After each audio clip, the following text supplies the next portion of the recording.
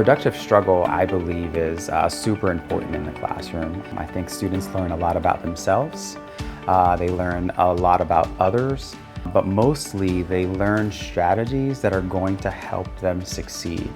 And so productive struggle, not giving them all of the information up front, but guiding them through the process and then stepping back is super important because they give us a prompt or information as to where we can help a little bit more. I see that you guys remember, what was the term that I used? You probably will be productively struggling. You're going to productively struggle through this activity.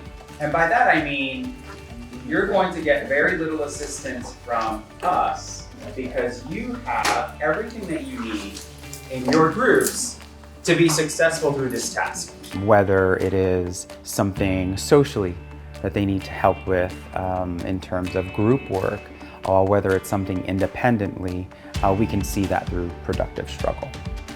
In College Edge, they really want to encourage you to step outside your comfort zone and to get comfortable with being in college, because that's what it's going to be for most of us in August. And the staff does a great job of giving you the right amount of independence so that you feel ready to be on your own, but also helping you with the things that you might need.